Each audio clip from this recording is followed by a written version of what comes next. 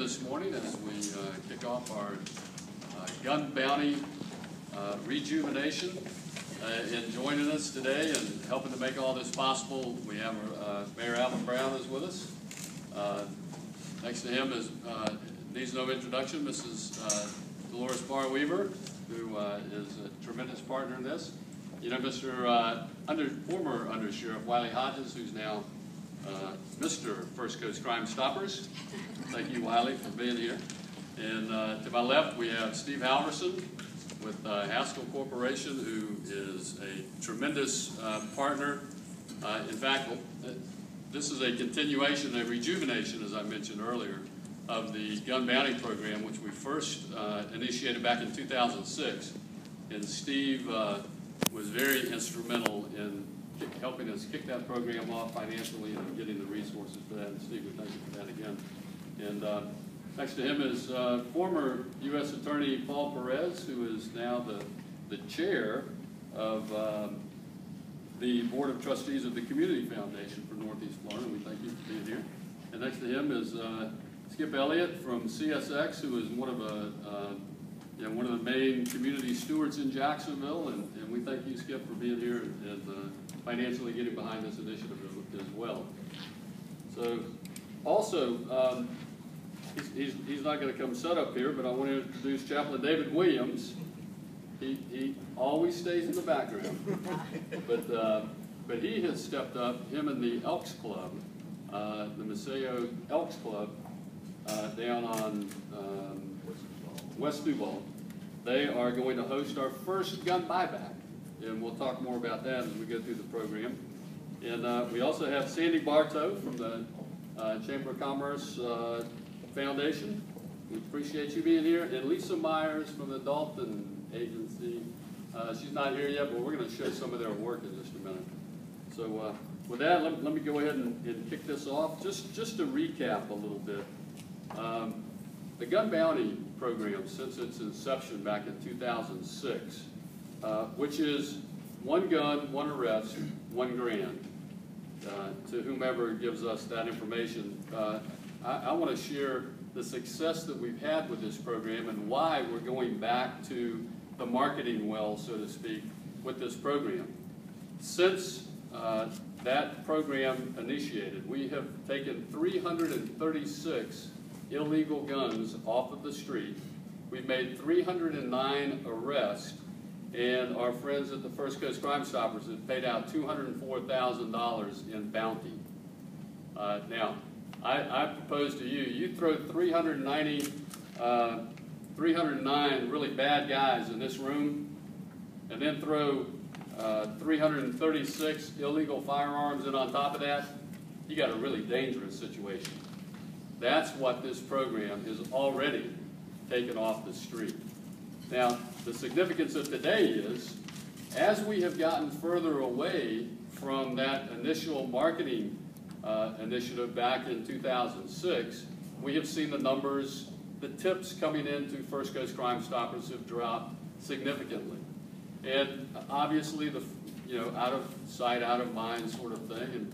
And the public doesn't give me tax dollars to market the sheriff's office or campaigns, and so it really does take truly take a partnership to do that, and that's why we've reached out.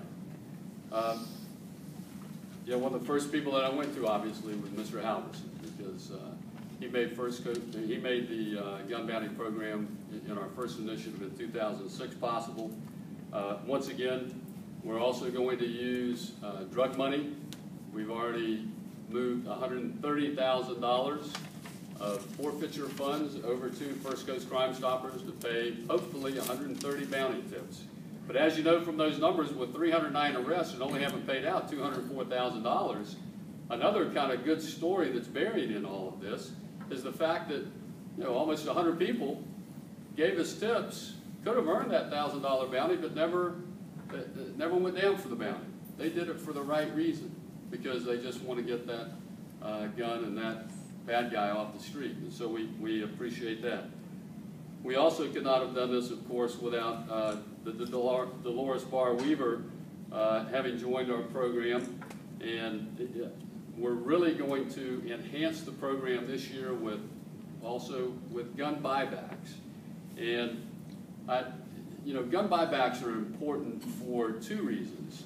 Number one, a gun buyback gives folks who have come into possession of firearms, maybe through the death of a loved one or something, and they want a way to dispose of that firearm safely.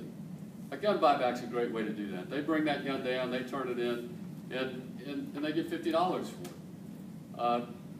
The second thing is it does help keep in the minds of our community the issue of guns and illegal guns and the danger of guns, illegal guns in our community. So we support that and are very happy to be partnering with Ms. Weaver to make that part of the gun bounty program this year.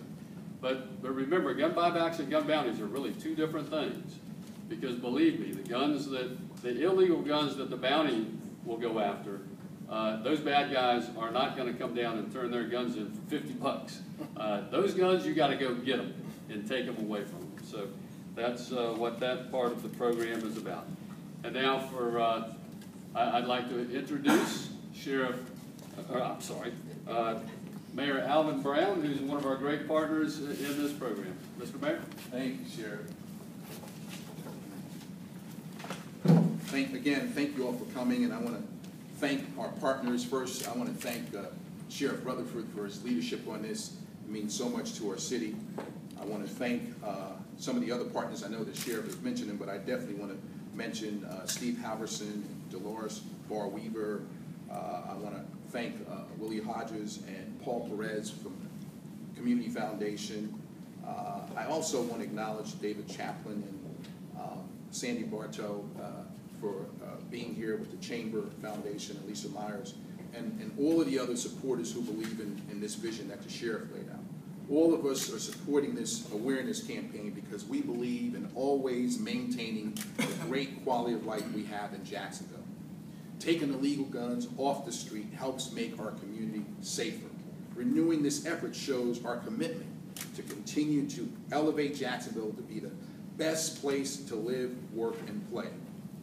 These public safety programs maintain a vibrant city with a strong economy and sustainable neighborhoods. This campaign will also be an opportunity for all of us to work together and understand the value of partnership, public-private partnership. And everybody knows that I believe in public-private partnership. That's providing a great investment and improving the quality of life in our communities. These partnerships help us to leverage our assets, pool our resources to improve our city in many ways. So I urge all of our companies in this area to provide the leadership to continue supporting the gun bounty and the gun buyback campaigns. As the Sheriff talked about, over 300 illegal guns are now off the streets. So this is a very, very important program. Each day that this program succeeds makes it a better day to be in Jacksonville. So again, I want to thank Sheriff Rutherford. I want to thank Steve Halverson, Dolores Barr-Weaver, who has always been a tremendous advocate and asset to our community, not just writing a check, but being engaged in the process, supporting the quality of life in our community in every facet that you can think of. It's been a true partner in Jacksonville to make this a better place so that we can have a good quality of life.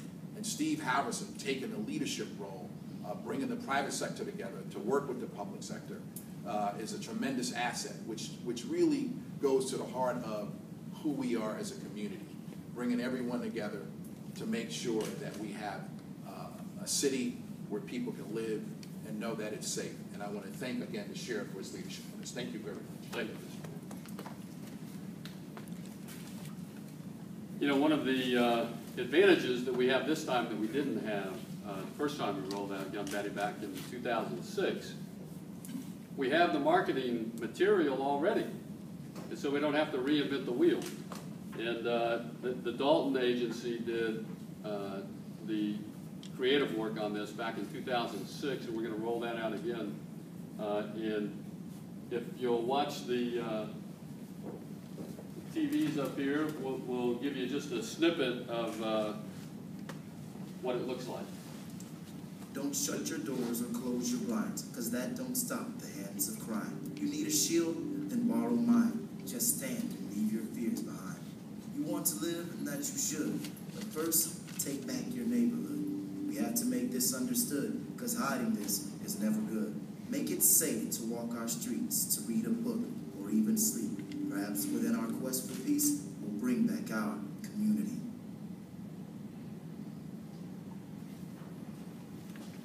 See it, say it, stop it. That is Agrod, by the way. He's a local celebrity, and just did a fantastic job in helping us through the Dalton Agency put this together. We want to thank Lisa Myers again for her help on that. Also, we have to thank the Jax Regional Chamber of Commerce Foundation for once again stepping up. Sandy, we really thank you all. Thanks to the Community Foundation again for Northeast Florida. Engaged. We have Nina Waters and Amy Trainer here as well. Thank you all.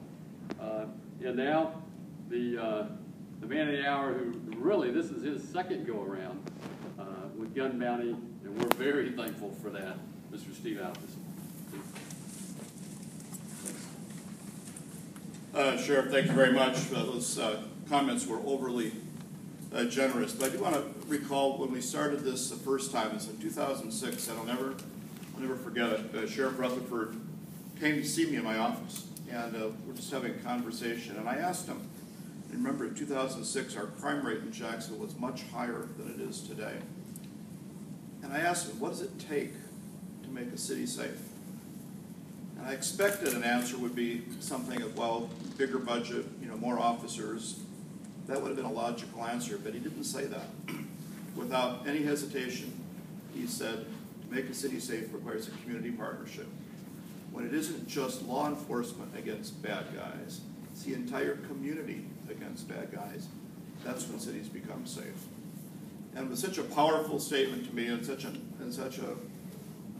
obvious and clear statement to me, I just thought it was compelling. So I said, well, how can I help? How can we help?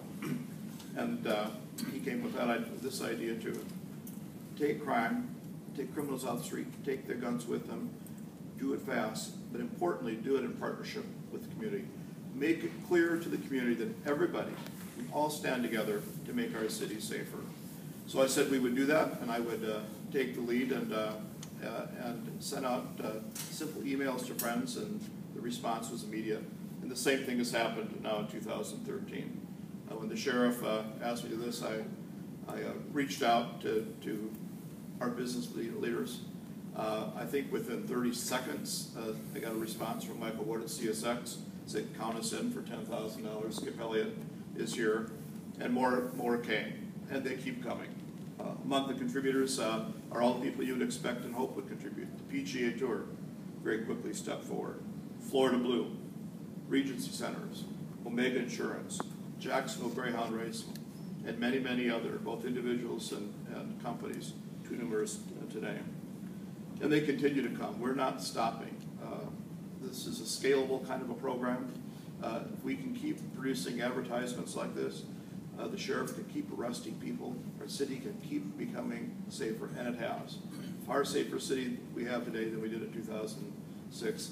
We'll be far safer in the future because of the good work of the citizens and my heroes at the Jacksonville Sheriff's Office. I think JSO is one of the great institutions in the city, full of great men and women who dedicate their lives to make us safe. The least we can do is do what the sheriff said and make it a community partnership. Thank you very much. Thank you, Mr. Thank you. As Mr. Alverson mentioned, Jacksonville is enjoying right now the lowest crime numbers we've seen in 41 years. And that is certainly in part due to the great collaborative nature of our business community and our public community. As Mayor Brown has always talked about, that those public-private partnerships that can really get things done in a community that separately it would be a struggle for us. When you, as I've traveled around the community, I've never fail to tell people that we are blessed in Jacksonville to have community stewards like Steve Alverson, like Michael Ward, and so many others who really give of their time, their talents, and their treasures to help Jacksonville in a myriad of different ways. But certainly always at the top of that group of individuals is a family that is really, I think, transformed Jacksonville beginning back in 1995, and that is Mr. and Mrs. Weaver and all that they have done for this community, and so much of it from behind the scenes where nobody knows except those of us who are in the trenches. But God bless you. Come on up. This is Dolores Barweed.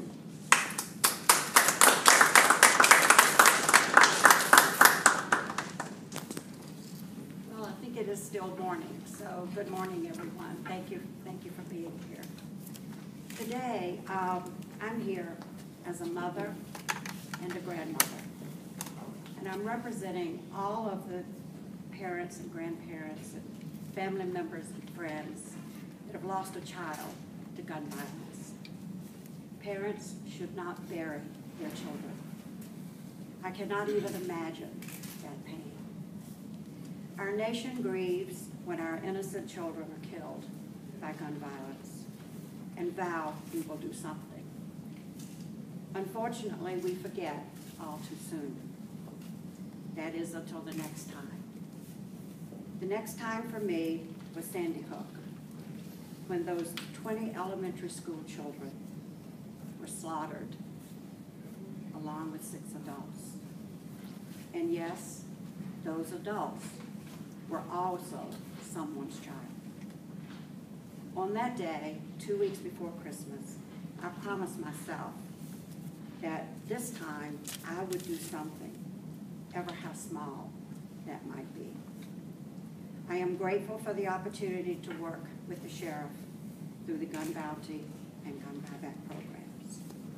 Understand, I do not want to take pistols and hunting rifles from law-abiding citizens. But I do want to take semi-automatic weapons off our streets and out of our homes. No one needs that weapon of war to protect their home or for sport. I do want all guns registered and kept out of the hands of mentally ill and criminals, and yes, even our children who find those guns at home improperly stored and shoots a sibling, a mother, or someone else. Shame on all of us personally, and as a community, and as a nation, if we don't do something. Anything to stop the gun violence that is killing our children. I would ask, what will each of you do? Let's get to work now and not wait till the next time and vow we will do something.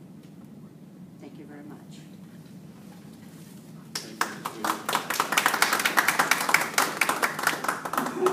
Thank you. As I've mentioned many times before, part of what made this program work initially also was we already had a great tip line where folks could remain anonymous, because that is critical to this program working.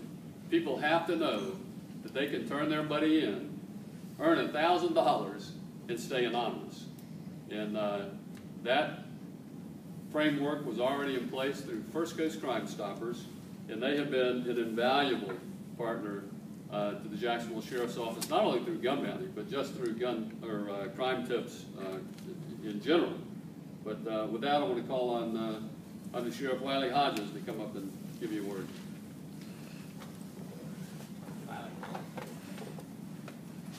Good morning. Just like to touch on a few things in reference to how Crime Stoppers works. Prior to that, I would like to say, we started this program, as the sheriff had mentioned, in 2006, and we had a lot of advertising and a lot of hype in the program, and it was a tremendous success. And as he stated, after a few years, it started to die off, And really all we're trying to do today is breathe new life into the program. You know, I think in that first year, we had been given $100,000 from the chamber and those that donated to that. And we spent almost that entire $100,000 in year one. And I'm hoping we have the same type of success as we kick it off again this time. Several things I think is very important for the citizens to know. Number one, the $1,000 gun bounty is in addition. It's in addition to any money that you would get for turning someone in under the Crime Stoppers program. So if you would normally get $500 or so for turning this individual in, an arrest is made, then you would now get $1,500. So it's an addition, and it's not just a $1,000 reward. It's very imperative, and the heart of our program is anonymity.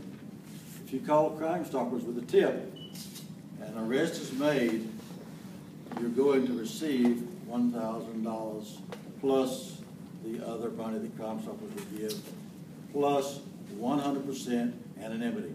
We guarantee that. Here again, you know, one of the criteria, of course, is the illegal gun has to be seized, there has to be an arrest, and we pay the bounty. No questions asked, we pay it upon arrest. And I appreciate again the city coming forward and helping in this program. I think that it's good for all of us. You know, the last thing we need is to be the murder capital again. You know, we need to get rid of that title, and this I think will help very much. And I appreciate the sheriff's efforts, the city's efforts, the chamber's efforts, the mayor, and everyone else that's been involved in this. Thank you very much. Thank you. Thank you, Wiley. I want to thank all of our partners for coming out today. Two things that I will close with.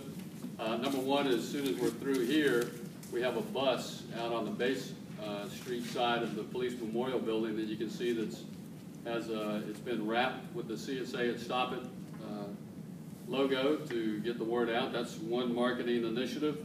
And then also I will remind the media that on June 29th of this next month, we're going to have our first gun buyback. It's already been scheduled. As I mentioned earlier, it's going to be at the Maceo Elks Club. And what is the address? 712 West Duval. 712 West Duval. So please come down, and Chaplain Williams is going to be there, and the folks from the Elks Club will be there bringing those firearms in and paying out that $50 tip. So if you have guns that you need a way of safely disposing of, please bring them to our first gun buyback down at the Elks Club. And just because I know people often ask, they say, well, Sheriff, what do you do with those guns? We take them and we have them melted down through another community partner who does that for us for free, actually. So we appreciate them. I don't want to mention who that is because I don't know that they want that out, but they do it for free. So, thank you. Any questions before we go look at the bus? Yeah, you mentioned that the business community has been donating money again. How much money have you gotten, and how much do you hope to get this year? Yeah, where are we up to? So far we've raised $75,000. We're just getting started at this. Our goal is to raise $200,000, and if we get that, we're going to keep going. So this is something that really there's no limit to how much effectiveness that can be had by the sheriff. So we're going to keep going, but our target is $200,000. We've raised $75,000 today. Do you have a special unit for this, for safety? Because these arrests are pretty, I guess, pretty dangerous arrests. Yeah, Operation Safe Streets, those officers who work those, mainly those target areas, those officers are usually the ones investigating these tips. Also, I'll mention I think I mentioned earlier, the $130,000 for the gun bounty tips is already at First Coast Crime Stoppers. That's the drug money that we use. I can't think of a better way of spending their money than to get them arrested. I love that. But then also, we have, I think, from the foundation, $132,000 already. So we're well on our way to bringing in the funds that we need to make this gun bounty and gun buyback initiative very successful for the next year. That's another thing. This is not going to be as short-term as it was last time. We're going to run this for a much longer period of time. And how much have you paid in the bounty so far? I didn't get that number earlier. It was actually 204,000. I guess, Sheriff, of the 309 arrests that you made already in that program, is there anything that sticks out, any one particular case that you got a gun off the street that was maybe involved in a horrendous crime? I'm sure there were, but I don't know of any right off the top of my head. Any other questions? All right. Let's go look at the bus.